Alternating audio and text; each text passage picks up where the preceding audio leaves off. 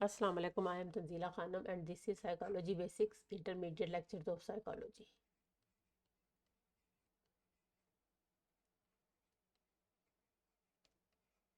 अपनी previous video में हमने एंजाइटी डिसऑर्डर्स का जो टॉपिक था हमारा वो हमने वाइंड अप कर दिया था। आज का हमारा जो हेल्थ साइकोलॉजी के अंडर टॉपिक है वो हम एक और डिसऑर्डर पढ़ेंगे जिसको हम कहते हैं ईटिंग डिसऑर्डर्स। यानी हमारी जो खाने पीने से रिलेटेड हमारे जो ईटिंग बिहेवियर्स हैं उनके अंदर जो प्रॉब्लम होती है, उसके अलावा हमारा बॉडी वेट, हमारी फिज़िकल हेल्थ, इन सब के बारे में जो चीज़ें जो है वो ईटिंग डिसऑर्डर्स के अंदर शामिल है। ईटिंग डिसऑर्डर्स की आजकल जो है हम ये देखते हैं कि जो करंट हमारा दौर चल रहा है या मॉडर्न जो इरा है हमारा, इसमें लोगों की जो इंटरेस्ट है ना वो खाने पीने में बहुत ज़्यादा बढ़ गया। आप जैसे देखते हैं कि बहुत से लोगों से जब हम मिलते हैं, बल्कि मेरे पास भी क्लाइंट्स भी आते हैं, छोटे बच्चों को भी लेके आते हैं कि जी ये खाता नहीं है, इसको बाजार की कोई चीज़ जंक खाता है, बर्गर ले दो, ऐसी चीज़ ले दो तो उसमें खुश रहता है, घर का खाना नहीं खाते। फिर कुछ लोग ये शिकायत करते हैं कि हमारे बच्चे सब्ज़ी नहीं खाते या जो हमने घर में पकाया हुआ है वो कहते हैं कि नहीं।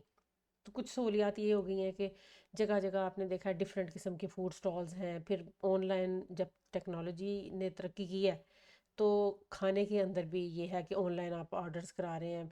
पहले ये होता था कि हमने 3 टाइम खाना खाना है, दरमियान में इन बिटवीन बच्चों को दूध दे दिया, फ्रूट दे दिया, एक बड़ा हेल्दी सा एक लाइफस्टाइल होता था।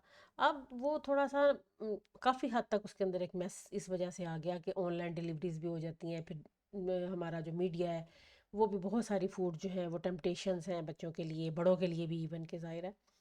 तो कलर्स और डिफरेंट जो हैं वो जायके, तो ये हमारे टेस्ट बड्स को भी अच्छे लगते हैं। तो इस वजह से क्या है कि बहुत से जो इस तरह की हमारी ईटिंग हैबिट्स हैं जो कि अनहेल्दी हो गई हैं, रात को लेट नाइट खाना या बहुत ज़्यादा फैटी फूड खाना या जंक फूड्स खाना, तो उसकी वजह से ओबिसिटी या मोटापा भी जो है वो बहुत ज़्यादा देखने में आने लग गया है। और ये जो है बीमारी जो हम पहले सुना करते थे कि तरक्की याफ्ता ममालिक में, अब हमारे मुल्क में भी जो है वो ओबिसिटी या मोटापे का शिकार जो है वो लोग। फिर उसके अलावा ये होता है कि एक्सरसाइज की कमी, कि लोग जो है बाकायदा फिज़िकल एक्सरसाइज नहीं करते। फिर आजकल कुछ कंप्यूटर पे कुछ लोग बैठ के काम करते हैं या और कोई काम ऐसे जिनमें फ़िज़िकल एक्टिविटी कम है, तो वो भी हमारा पूरा एक जो लाइफ स्टाइल है उसकी वजह से मुख्तलिफ़ किस्म की बीमारियाँ और भी देखने में आती हैं। तो जो हमारा ईटिंग डिसऑर्डर है इसके अंदर, ईटिंग डिसऑर्डर बेसिकली इसको अगर हम डिफ़ाइन करें तो ये भी एक मेंटल हेल्थ हमारी कंडीशन है कि जिस तरह से दूसरी बीमारियां जैसे हमने एंजाइटी डिसऑर्डर्स पढ़े, उस तरह से ये भी एक मेंटल हेल्थ कंडीशन है जिसके अंदर जो इंडिविजुअल है उसका जो ईटिंग बिहेवियर वो जो है वो इफ़ेक्ट होता है बहुत बुरी तरह से। अब उसमें क्या क्या हो सकता है वो हम अभी जाके वन बाय वन पढ़ेंगे कि वो बहुत बुरे तरीके से इफ़ेक्टेड बैडली। अच्छा, उसके बाद क्या क्या है कि इसके अलावा ईटिंग बिहेवियर के साथ साथ जो चीज़ इसके अंदर कंसर्न में शामिल है वो है बॉडी वेट। अच्छा, उसके साथ साथ जो है बॉडी इमेज। अच्छा, ये एक बहुत इंपॉर्टेंट चीज़ है ईटिंग डिसऑर्डर्स के अंदर कि एक इंसान जो है वो अपनी बॉडी के बारे में उसकी परसेप्शन क्या है, उसकी ओपिनियन क्या है, वो अपने बारे में अपने आप को कैसा खुद से कैसा देख रहा है। इसके साथ साथ इसके अंदर एक और चीज़ जो बहुत ज़्यादा कॉमन है वो है फिजियोलॉजिकल प्रॉब्लम्स, क्योंकि बेसिकली ये एक मेंटल हेल्थ कंडीशन है, लेकिन इसके साथ साथ जाहिर है खाने पीने का या फूड का या ईटिंग हैबिट्स का असर आपकी बॉडी पे पड़ता है। तो इस वजह से इसमें फिजियोलॉजिकल प्रॉब्लम्स भी बहुत ज़्यादा देखने में आते हैं। इन डिसऑर्डर्स के अंदर एक जो इंडिविजुअल है उसकी जो एपिटाइट है वो बहुत बुरे तरीके से affected, appetite is affected badly. यानी उसको या तो बहुत ज़्यादा भूख लग रही है या जो है वो बहुत कम भूख लग रही है, या वो बहुत ज़्यादा खा रहा है या वो बहुत कम खा रहा है। तो ये जो एपिटाइट है ना वो इसमें एक मेन चीज़ है, क्योंकि ईटिंग डिसऑर्डर है, नाम से ही जाहिर हो रहा है। अच्छा, और क्या है कि उसका एक अपनी फूड के बारे में, बॉडी साइज, वेट, शेप, इन चीज़ों के बारे में उसका एक बड़ा अनहेल्दी सा एक समझ लें कि उसको वहम सा हो जाता है कि मेरा वेट जो है वो बहुत ज़्यादा है।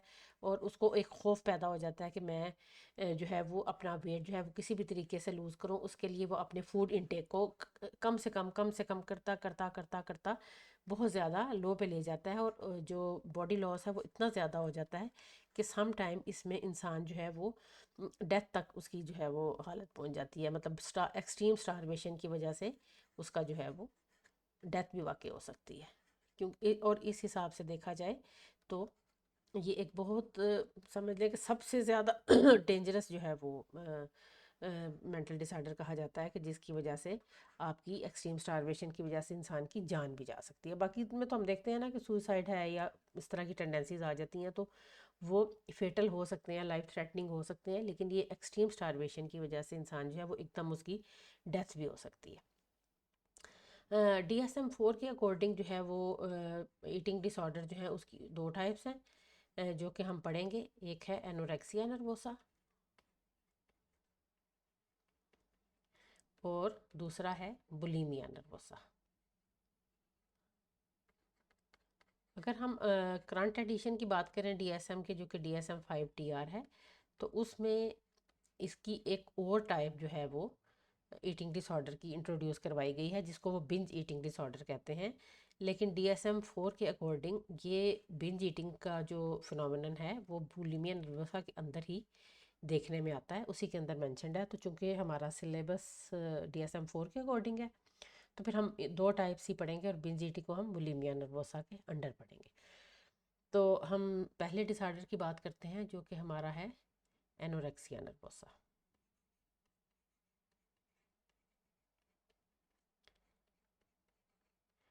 इसको हम ब्रीफली एनोरेक्सिया भी कह सकते हैं।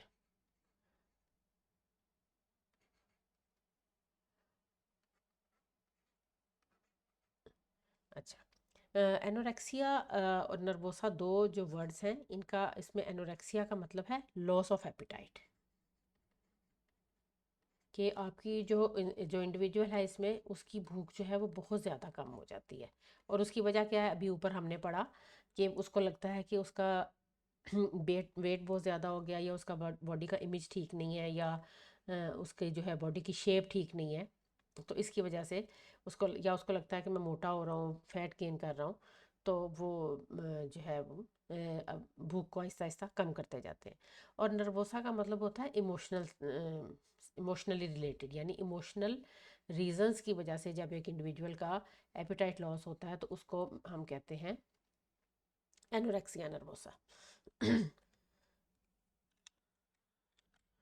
So anorexia nervosa means loss of appetite due to emotional reasons. अब इसमें जो हमें चीज़ें देखने में आती हैं उसमें यह है, नंबर वन जो है वो एक्सट्रीम स्टारवेशन है, कि बहुत ज़्यादा भूखा रहना। एक तो होता है ना नॉर्मली, जैसे हम कहते हैं कि हमने डाइट कंट्रोल करनी है और उसमें हमने जो है वो अपने फूड इनटेक को आहिस्ता आहिस्ता करके थोड़ा थोड़ा कम करना है। लेकिन ये ड्रास्टिक कली एकदम जो है जिसको हम कहते हैं ना क्रैश डाइट, कि बहुत ज़्यादा इनको भूखा रहते हैं, इस वजह से कि इनको ये फियर होता है कि इनकी जो बॉडी फैट है वो ज़्यादा हो रही है और इनका वज़न ज़्यादा हो रहा है।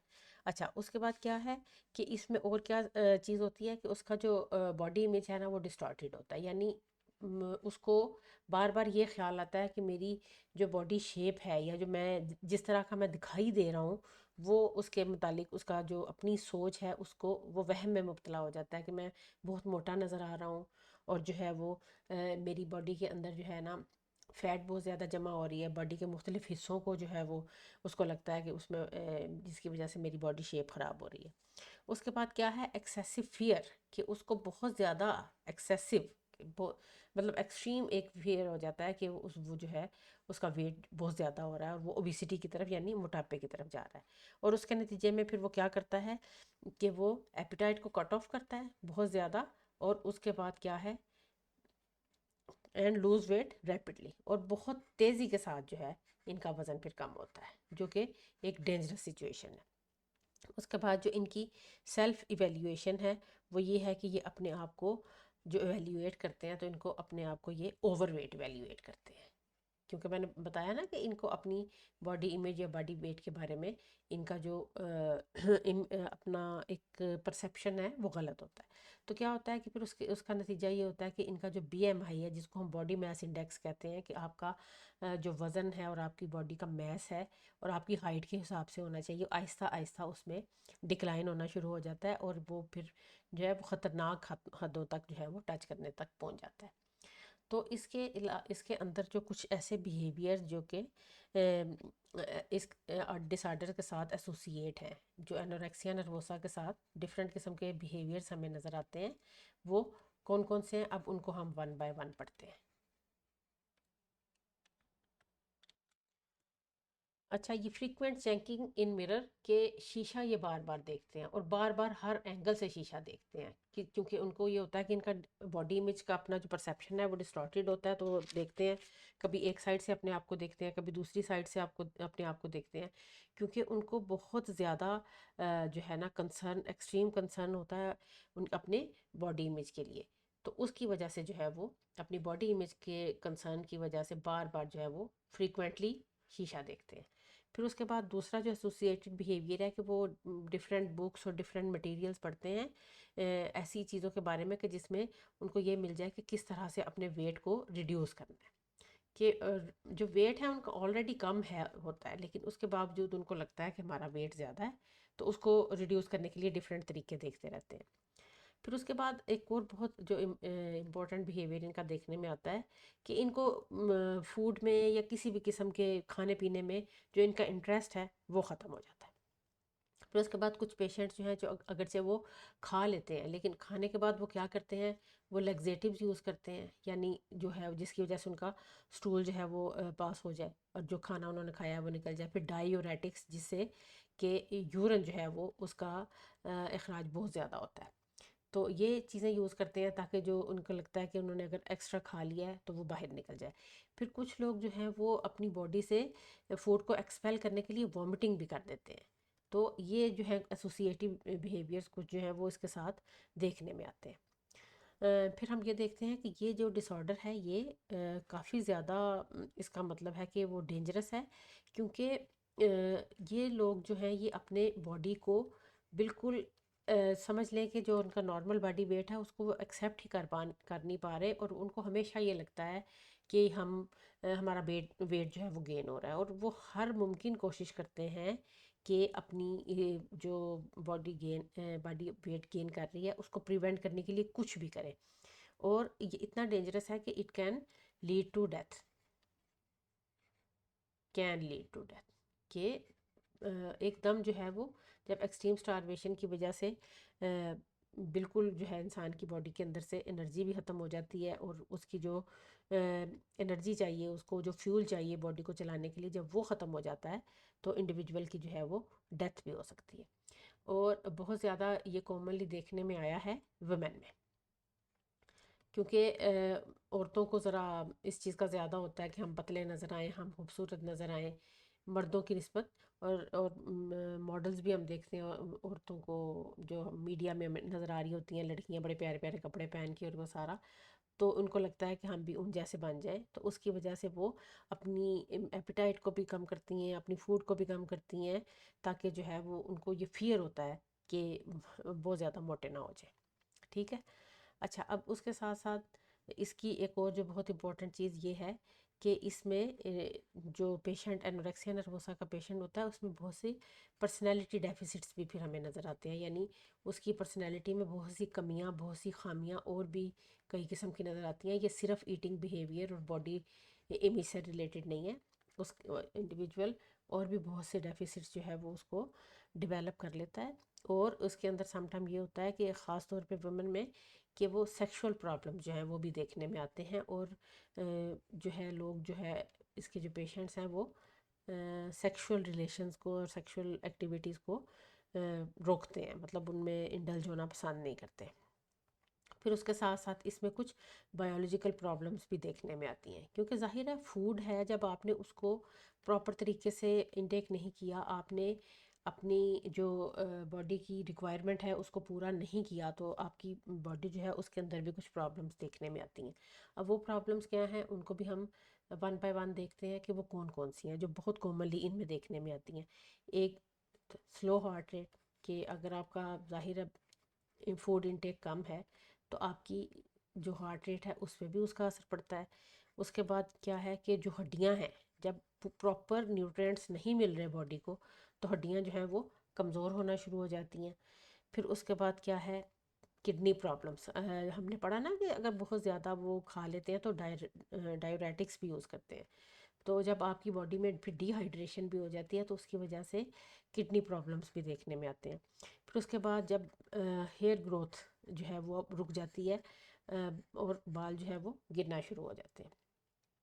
उसके बाद जो है वो ओवरऑल आपको एक फ़िज़िकल वीकनेस या फटीग देखने में नज़र आती है कि जो है वो जब प्रॉपर न्यूट्रिएंट्स नहीं मिलेंगे तो ये मसला होगा। तो इसके अलावा जो है और भी बहुत से सिम्टम्स हैं जो देखने में आते हैं, और कुछ पेशेंट जो हैं वो एकदम से सडन डेथ जिसको हम कहते हैं ना, कि अब्रप्टली जो है उनकी डेथ हो जाती है, क्योंकि इन सारी चीज़ों के बाद उनका जो है वो बचने के चांसेस कम हो जाते हैं।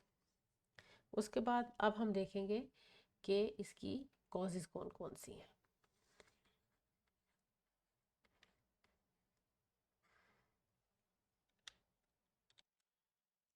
सबसे पहले इसकी जो कॉजेज़ हैं वो बायोलॉजिकल हैं, कि कुछ हार्मोनल इम्बैलेंसेस ऐसे होते हैं जिनकी वजह से आप इंडिविजुअल जो है उसकी एपिटाइट इफ़ेक्ट होती है। फिर उसके बाद हम देखते हैं कि कुछ एबनॉर्मल एक्टिविटी हाइपोथैलेमस की, क्योंकि हाइपोथैलेमस एक ऐसा हमारे ब्रेन का हिस्सा है जो कि एपिटाइट को कंट्रोल करता है। तो अगर उसकी एक्टिविटी में थोड़ी सी एबनॉर्मेलिटी आ जाए तो उससे भी ईटिंग डिसऑर्डर हो सकता है। फिर मीडिया जो है उसका रोल बहुत ज़्यादा इंपॉर्टेंट है। मैंने पहले भी बताया कि वुमेन में भी ये ज़्यादा होता है, क्योंकि हमें जो मॉडल्स नज़र आ रही होती हैं ना वहाँ पे, ज़ाहिर है वो तो हर एक की बॉडी इमेज है, हर एक की फिज़िक अपनी अलग होती है। वो जो मॉडल्स हैं वो उस तरह से अपनी डाइट को कम करके पतली नहीं हुई होती, बल्कि उनका बॉडी स्ट्रक्चर ही ऐसा होता है। अक्सर मॉडलिंग में वही लोग आते हैं जिनका बॉडी स्ट्रक्चर जो है वो उनको इस चीज़ की इजाज़त देता है कि हाँ वो मीडिया पे आएँ और एक मॉडलिंग कर सकें।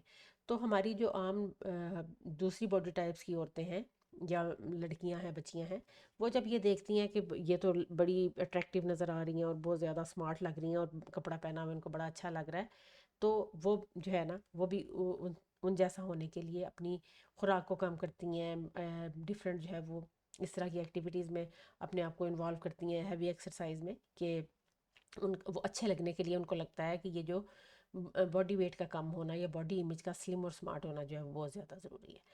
उसके बाद एक और चीज़ जो है वो नेगेटिव इवैल्यूएशन दूसरे लोगों की, पेरेंट्स की, कभी सब रिलेटिव्स की, या समटाइम्स आपका जो पीयर ग्रुप है, आपकी जो फ्रेंड्स हैं, आपकी एज फेलोज़ हैं, उनकी तरफ से भी जो है वो क्रिटिसिज्म, ज़रा सा अच्छा तुम तो मोटी लग रही हो, तुम्हारा वेट थोड़ा ज़्यादा हो गया है। तो ये चीज़ जो है ना ये इंसान को कॉन्शियस कर देता है, और उसके बाद क्या है कि फिर इंडिविजुअल जो है या जो पेशेंट है वो एक्सट्रीम वेट लॉस की तरफ जाने लग जाता है। तो ये जो मेजर कॉजेज़ नो डाउट बहुत ज़्यादा हैं, लेकिन जो मेजर कॉजेज़ हैं इसकी वो तीन हमने डिस्कस की, क्योंकि आपके सिलेबस में इतनी ज़्यादा कॉजेज़ का जो है वो रोल नहीं है। अब हम ये देखेंगे कि इसकी ट्रीटमेंट जो है एनोरेक्सिया नर्वोसा की वो क्या हो सकती है, कौन कौन सी जो ऐसी साइकोथेरेपीज़ हैं जो इसके लिए यूज़ की जा सकती हैं। तो साइकोथेरेपी जो इसमें जो सबसे इम्पोर्टेंट थेरेपी यूज़ की जाती है वो है फैमिली थेरेपी, क्योंकि आप किसी जो इंडिविजुअल जब आपके पास अगर फ़र्ज़ करें इस तरह का कोई पेशेंट आपके पास आता है, तो ज़ाहिर है उसको तो उसका तो चूँकि परसेप्शन जो है वो डिस्टॉर्टेड है बॉडी इमेज के बारे में, तो वो तो यही कहेगा कि मेरा तो वेट बहुत ज़्यादा है, मैं तो वेट कम करने के लिए कम खा रहा हूँ, या मैं अपनी एपिटाइट इसलिए कंट्रोल कर रहा हूँ ताकि मेरा जो वेट है वो लिमिट्स में रहे। हालांकि उसका वेट जो है वो एक्सेसिवली डेंजरसली जो है वो कम हो रहा होता है। तो ट्रीटमेंट का जो मेन गोल है ना वो इंडिविजुअल को इस चीज़ पे आमादा करना होता है, ये बताना होता है कि उसकी जो नेगेटिव इवैल्यूएशंस हैं वो बेहतर बनाई जा सकें, और उसके लिए कॉग्निटिव बिहेवियर थेरेपी या सीबीटी यूज़ होती है। उसको ये बताया जाता है कि तुम्हारा अपनी जो बॉडी इमेज के बारे में जो तुम्हारी परसेप्शन है, या जो तुम्हारा उसके बारे में अपने बॉडी वेट या साइज़ के हवाले से जो तुम्हारे एवेल्यूएशंस हैं उनको बेहतर करने की, उनको चेंज करने की ज़रूरत है। नेगेटिव को मॉडिफाई करके पॉजिटिव साइड पे लाने की ज़रूरत है। तो इस तरह की जो है थेरेपीज़ जो इसमें इसमें सबसे जो मेन गोल होता है ना, वो ये होता है कि इंडिविजुअल को इस बात पे आमादा किया जाए, उसको रेडी किया जाए कि वो अपनी जो फूड इनटेक है उसको बेहतर बनाए। दूसरा डिसऑर्डर जो कि आपके ईटिंग डिसऑर्डर की हेडिंग के अंदर आता है वो है बुलिमिया नर्वोसा।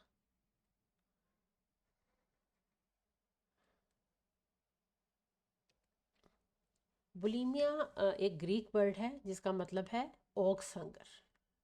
जो बैल नहीं होता, यानी एक बैल आपको पता है ना कितना ह्यूज और कितने बड़े साइज़ का होता है, और जाहिर है फिर उसकी खुराक भी उसी हिसाब से होती है।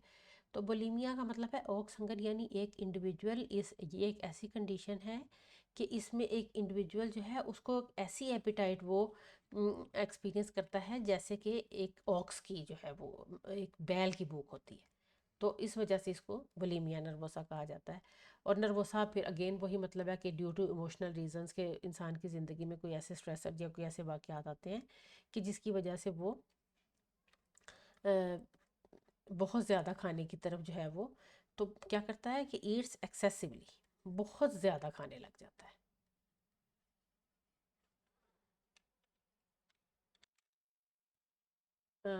उसके साथ साथ उसकी खाने की जो स्पीड है वो भी बहुत तेज़ होती है।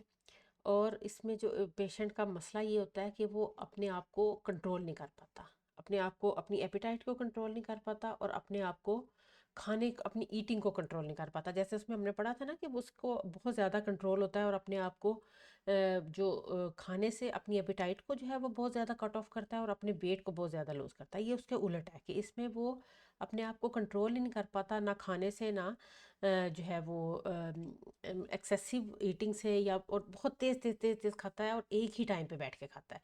तो इसको हम कहते हैं बिंज ईटिंग, कि एक ही वक्त में खाना और बहुत ज़्यादा खाना, मतलब और इतना ज़्यादा खाना कि वो फिर आपके जो है ना हलक में से बाहर निकलने लग जाए। अच्छा, इसके साथ साथ वो अब जब खा इतना ज़्यादा रहा है तो उसको फिर एक साथ ये भी फियर आ जाता है कि अब मेरा तो वेट जो है वो बहुत ज़्यादा हो जाएगा। और इस फियर के तहत फिर वो क्या करता है, वो डिफरेंट किस्म के कंपेंसेटरी बिहेवियर यूज़ करने लग जाता है, ताकि जो उसने फूड कंज्यूम कर लिया ना उसको एक्सपेल कर दे अपनी बॉडी से।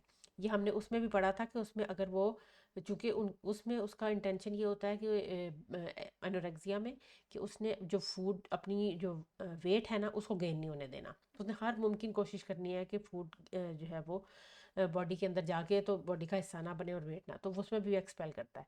लेकिन वहाँ पे उसने एपिटाइट अपनी कम रखी होती है। यहाँ पे उसकी एपिटाइट बहुत ज़्यादा है, उसका ईटिंग बिहेवियर जो है वो बहुत एक्सेसिव है।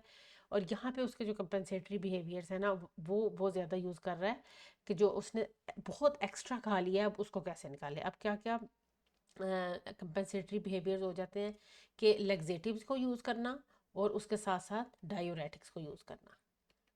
ठीक है, लेग्जेटिव्स और डायूरेटिक्स के स्टूल पास करके ये बहुत ज़्यादा यूरिनेशन के ज़रिए जो है उनको लगता है कि जो कैलोरीज हमने ले ली हैं वो हमारी निकल जाए। फिर उसके बाद वॉमिटिंग के जो है वो खाना। अच्छा, इन इन पेशेंट्स के ना अगर क्लिनिकली आपका कभी ऐसा, अगर आपको ऐसा कोई पेशेंट मिले, या गूगल पे भी आप देख सकते हैं कि जो लोग इस तरह के कंपेंसेटरी बिहेवियर करते हैं ना, उनके हाथों की जो उंगलियों की ऊपर वाली स्किन होती है ना वो बिल्कुल ख़राब हो जाती है, ऐसे रफ़ हो जाती है और छिल जाती है, क्योंकि ये ना उंगलियां अंदर डाल डाल के तो वॉमिटिंग करते हैं। और ये इनका बिहेवियर इतना ज़्यादा फ्रीक्वेंट होता है कि आहिस्ता आहिस्ता वो दांतों के साथ रगड़ खा खा के उनकी उंगलियां या हाथ का जो ऊपर वाला हिस्सा है ना वो उसकी स्किन डैमेज होने लग जाती है। फिर इसके अलावा इनका जो दांतों का इनेमल है ना वो भी ऊपर से जो है ना वो टीयर ऑफ होने लग जाता है, क्योंकि ज़ाहिर है जब आप खुराक को वॉमिट के ज़रिए बाहर निकालेंगे तो जब वो जाती है तो उसके अंदर वो जो डाइजेस्टिव जूसेस और वो केमिकल्स हैं वो साथ मिल गए होते हैं। तो वो जब बाहर निकलती है तो आपके दांतों का जो इनेमल है उसको भी वो इफ़ेक्ट करती है। तो ये मैंने पहले भी बताया ना, ये ईटिंग डिसऑर्डर इस हिसाब से बहुत ज़्यादा डेंजरस है कि ये सिर्फ आपकी मेंटल हेल्थ कंडीशंस नहीं है, ये आपकी बॉडी पे भी इनका बहुत बड़ा टोल है और ये बड़ी तकलीफ देह बीमारी है।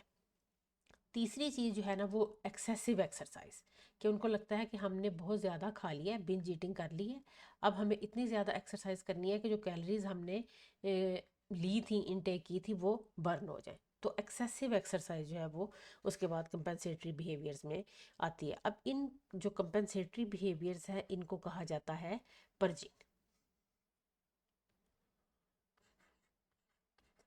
यानी एक पहले उसने बिंज ईटिंग की कि उसने एक्सेसिव खाया, एक ही वक्त में बैठ के अपने आप को कंट्रोल नहीं कर पाया, इतना ज़्यादा खा लिया कि अब जो है वो उसका बाहर निकल रहा है।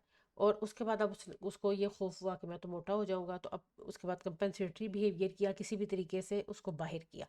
तो इस बिहेवियर, ये कंपेंसेटरी बिहेवियर कहलाता है पर्जिंग। इस वजह से जो बुलिमिया नर्वोसा है इसको DSM-4 में बिंज पर्ज सिंड्रोम भी कहा जाता है।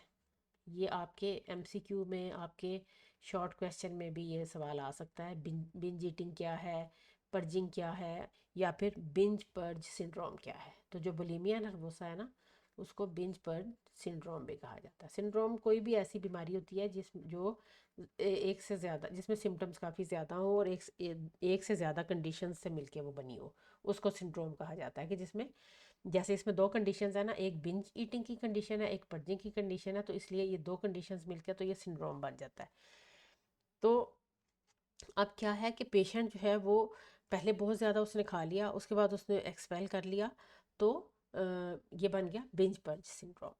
अच्छा, उसके बाद हम ये देखते हैं कि जो बुलिमिया नर्वोसा है ये हमारी कुछ ऐसी चीज़ें हैं कि जिनके साथ इसका एसोसिएशन हमें देखने में नज़र आती है, जिसकी समझ लें, इसको आप कॉजेस समझ लें या कोई ऐसे फैक्टर समझ लें जो कि बुलिमिया नर्वोसा के रीज़न बनते हैं। वो कौन कौन से हैं? नंबर एक, सोशल मैल एडजस्टमेंट, कि जो इंडिविजुअल है वो सोसाइटी में लोगों के साथ बेहतर तरीके से एडजस्ट नहीं कर पा रहा।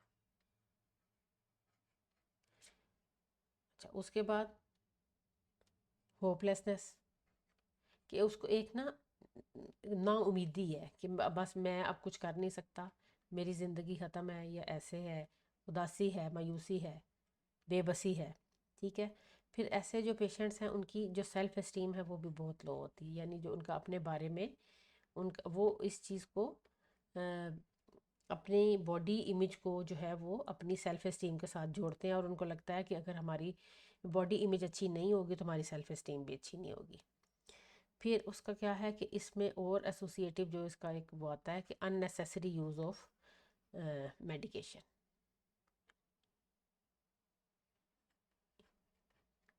कि मेडिकेशन जो है वो बहुत ज़्यादा जो है वो ले रहे होते हैं। तो ये कुछ एसोसिएटेड फीचर्स हैं इसके जो देखने में आते हैं।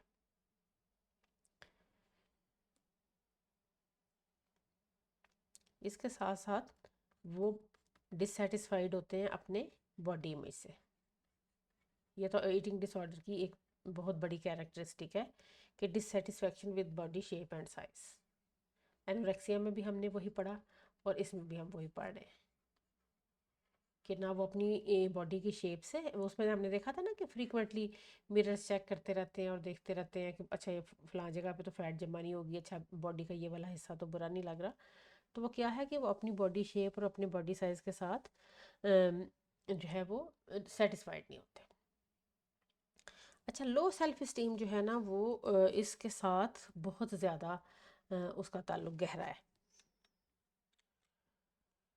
बुलिमिया नर्वोसा के डायग्नोसिस के लिए बिंज ईटिंग और पर्जिंग जो है उसको एटलीस्ट ट्वाइस अ वीक जो है वो अ, होना चाहिए, और 3 मंथ्स महीनों के लिए, फॉर 3 मंथ्स, कि अगर एक इंडिविजुअल जो है वो 3 महीने लगातार कम से कम हफ्ते में 2 दफ़ा इस तरह की बिंज ईटिंग करता है और उसके बाद पर्जिंग करता है तो इसको बुलिमिया नर्वोसा कहा जाएगा।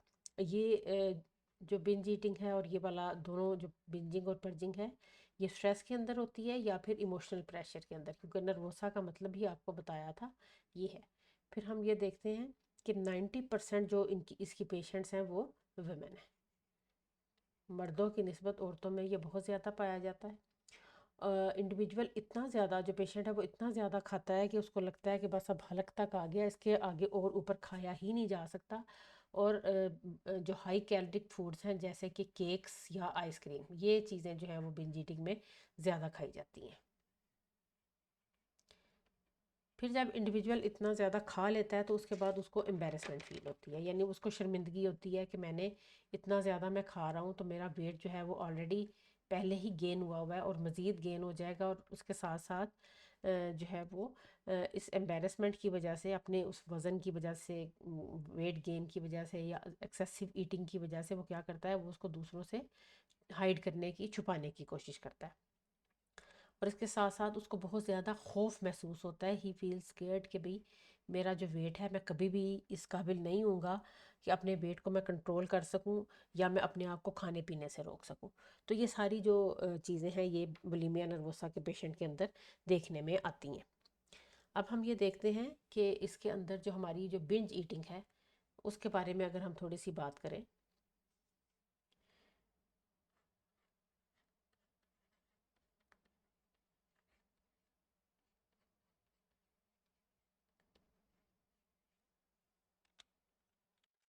बिंज ईटिंग जो पेशेंट करता है वो इंटेंस स्ट्रेस और प्रेशर के अंदर करता है। ये पहले भी हमने बात की, हम शुरू से यही बात कर रहे हैं कि ईटिंग डिसऑर्डर, चाहे वो बुलिमिया है चाहे वो एनोरेक्सिया है, वो मेंटल स्ट्रेस और प्रेशर की वजह से जो है, इसमें फिर इंडिविजुअल जो है बिंज ईटिंग में उसको एक्सेसिव ईटिंग की एपिसोड्स जो हैं वो उसको देखने में आती हैं, जिसको हम फिट्स ऑफ ईटिंग भी कह सकते हैं।